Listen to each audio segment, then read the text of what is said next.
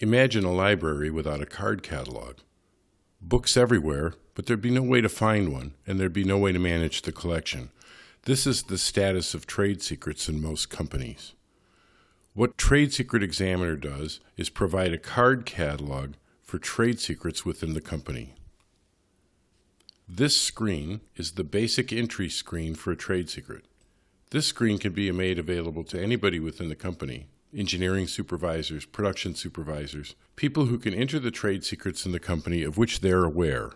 This keeps all the workload from being concentrated in one small group in the intellectual property area, and it also keeps the trade secrets located where they are, where they're most secure already, rather than have one group in the center of the company go around and collect them. We fill out this page with some basic information, the name, the date, a description, and then we characterize the trade secret, much like a card catalog would have sections for biology and chemistry and physics and that sort of thing. We're going to give the trade secret a subject. Is it an engineering trade secret, manufacturing, marketing, quality assurance? We're going to say what format it's in. What is it? Is it a lab notebook? Is it a diagram? Is it a drawing? Is it a specification? And then we're going to say what product it applies to. For our hypothetical company here, it's an engine company, and we have the various engines we make. We also have all of our engines, the entire product line. We have the inline 4s, the V6s, the V8s, and the V-format engines, both V6s and V8s. So we can structure the product line so that we can capture most accurately to what the trade secret applies. Note that these topics are in English. So if I said the engineering specifications for the V6 engines, everybody already knows what that means. There's no training involved with this mechanism. The next thing we're going to do is we're going to rate the secret on 6 factors that are defined in law. And those 6 factors we're going to rate on a 1 to 5 scale because everybody already understands a 1 to 5 scale. Everybody knows what a 5-star hotel is or a 4-star movie. So we're going to rank them, the 6 factors, at a 5-point scale. And that means that we don't have to do any training for that either. And then finally, we'll select keywords that apply to this trade secret, and we can select them from a list or type in the ones we want. So let me go ahead and add a trade secret for a minute. So here we have our trade secret information. I've taken a couple minutes offline to put that in. We have a specification for a new cylinder head. We've created that trade secret. It was sometime in Q4 of last year. I don't need to put an exact date there, but the better I can nail it down, the better off I am. I have my description, a complete specification for the new high compression cylinder head for the inline 4-cylinder engines. There are engineering specifications for the inline 4s right here. That's what we call them anyway. We've just formalized it a little bit. I've put down the location, which is in the cylinder head group in the R&D facility. And I've ranked this trade secret on each of the 6 factors on a 1 to 5 scale. Finally, I've selected some keywords associated with this trade secret. Now, the interesting thing to note here is that the trade secret is actually not in the system. Just like the books aren't in the card catalog in the library, the trade secrets aren't in the system. We don't want to collect the trade secrets of the company into a central location that becomes then a huge security risk. What we want to do is we want to keep a card catalog of those. We want to have an index of those. We want to have an inventory of those. But we don't want the trade secrets themselves actually in the system. What we can do is we can put a hash code for this trade secret. And what that hash code would be is a hash code of the files out in engineering that contain the trade secret. We'll put the hash code in here so that later we can prove that this entry applies to those files. But we're not actually going to put the trade secret data here. So let's go ahead and save this. I have a registration number for this trade secret. It's 215. It will always be called 215. I can enter that number in my engineering notebooks that it relates to this entry 215. So let's go ahead and look and see what's happened now. If I'm a super user on this machine, if I'm an administrator in the IP group, I have all of these other things I can do besides just enter a trade secret. So let's take a look at the potential trade secrets. These are the trade secrets that people have entered, but they may or may not have been accepted by the IP group as really being trade secrets yet. Some of these we see have been accepted. Some of them have not. In particular, the specification for the new cylinder head has not yet been accepted. It's pending. So I can go ahead and look at that. This is what the fellow out in engineering entered as his trade secret data. This is what we just put in. And I'm going to go ahead and look at that and say, that's a good trade secret. I'm going to accept that. I can do some other things here. I can link it to other trade secrets. Again, I can record the hash code. I can change these values as well before I update it. So this is now the IP group vetting this entry that came in from somewhere else in the company.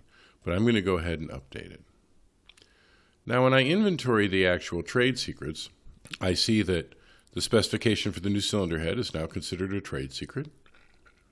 And I can select these on various bases. I can just show the engineering or the manufacturing or the marketing trade secrets. I can just show, for instance, the business plans or the specifications or the design data. I can show just the trade secrets for a specific product. Now, looking at the trade secrets, one of the things we have here is the defendability factor.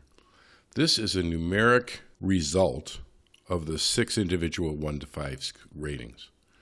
So when I look at the defendability factor, that number is going to tell me which trade secrets are the strongest, which ones are easiest to prove in court. And I can sort on this value and put the best trade secrets up at the top. And there, our specification for new cylinder head is one of the good ones. It's a 3.6. The reason this is important, let's say that someone left the company and stole our trade secrets. He stole the entire engineering database. He copied it to a terabyte solid-state device, walked out the company with it in his pocket, and he's now left and gone to our competitor, and we found out that he did this. So I could sue on the basis of all the engineering trade secrets in the company. There might be thousands of them. The issue is that that's not what's going to be allowed in court. There are 2 proofs for each trade secret. Is it a trade secret, and has it been stolen? If I sue on 1,000 trade secrets, that's 2,000 decisions the jury has to make, and the judge won't allow it. He'll tell us to pick our best 10. He'll tell the defendant to pick their best 10. They'll pick our weakest 10 trade secrets to attack to the jury, and then say, and all the rest of these are the same. It's all smoke and mirrors. So what we want to do is, when we consider litigation, we want to look up all the engineering trade secrets. We want to sort them by their defendability factor. And we want to sue on the 10 best. Why give the other attorney a place to stand? Why give him an argument against a weak trade secret when we don't have to? We're only going to be allowed to argue 10 or so anyway. Let's pick our best 10. So the defendability factor allows us to do that.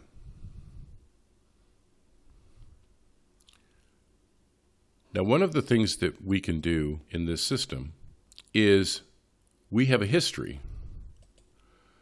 What the system does is every time a trade secret is changed, it keeps the old data. It creates a new record for the new data and marks that current, but it keeps all the old records. And so we can see that this trade secret I'm looking at here, the dynamometer test results from the 6-liter engine, have been changed numerous times over various dates. And it's kept a record of each one of those. Every time it does that, it creates a report on that trade secret. So we have, for that dynamometer test results, we have a report here, and it shows each of the changes. It shows all the data in the database for each of the changes, going back in time. This is very important in litigation because the data that's going to matter is the data that was current as of the time the fellow left. It's the data at the time of interest from the litigation. So when I look at these snapshot reports, that snapshot report was created when the trade secret was changed. When the trade secret's changed again, a new report will be created. When it's changed again, yet another new report will be created. Another thing I can do here is I can go to the litigation page. The litigation page, I have one current lawsuit. And if I take a look at that lawsuit, I can see that I've selected 6 trade secrets that are at issue in this lawsuit.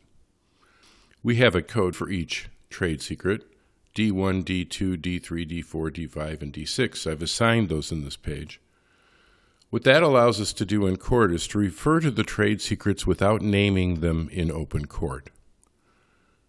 We have the ability to make a key for what the codes stand for, so the judge, the attorneys, the jury can all have a key of what those codes mean. But in open court, we don't have to name our trade secrets. The other thing we have here is we have download snapshot reports for litigation. What this allows me to do is, with the press of a button, all the reports that apply to the trade secrets for this litigation can be put into a zip file and downloaded to my machine so that I can use them as an attachment to a court filing. So when we file suit and the other side produces their response, the next step they'll do is they'll make a motion to compel us to identify with particularity and specificity the trade secrets at issue. And we can go here and push this button. We can specify which litigation it is. So it's the Acme Engines litigation. And we can specify the date of interest. And what the machine will do is it will download to us a set of reports that were current at the time of interest. And I have all those reports available. It dumps out all the data in the database about the trade secrets as of the date that fellow left, for instance. I can staple them to my response to their motion to compel for specificity and send them in the same day. Not 30 days later, not after discovery, not after spending millions of dollars. I can send them in the same day. And when they get a response to that motion on the same day, that can be very helpful in promoting settlement talks rather than going ahead with costly litigation. Finally, one of the things we can do here is we can verify the blockchain. And I'll show the entire blockchain. You may have heard about blockchaining. The important thing about blockchaining is that it allows us to prove to the satisfaction of the court that the data has not been changed since it was entered. We can prove that it was the data on the date it was entered was exactly what we've produced to the court.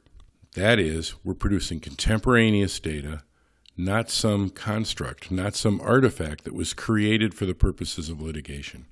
This is extremely important. And we can prove that using blockchaining to the satisfaction of the court. So the goal of Trade Secret Examiner, as I say, is to create this card catalog of our trade secrets. It allows us to manage them. It allows us to inventory them. It allows us to make sure that they are properly secured. And it allows us to be responsive to litigation. The other thing is, if we need to consider litigation, the information in Trade Secret Examiner is available to management to make informed judgments about whether or not to proceed with litigation before the suit is filed. We don't have to spend months of discovery, file a public suit, have it appear in the newspapers and the industry press, pay millions of dollars to discover that we don't have a case, or that the trade secrets that were stolen were not adequately secured, or to discover that we misworded our complaint in such a way that the lawsuit can't prevail.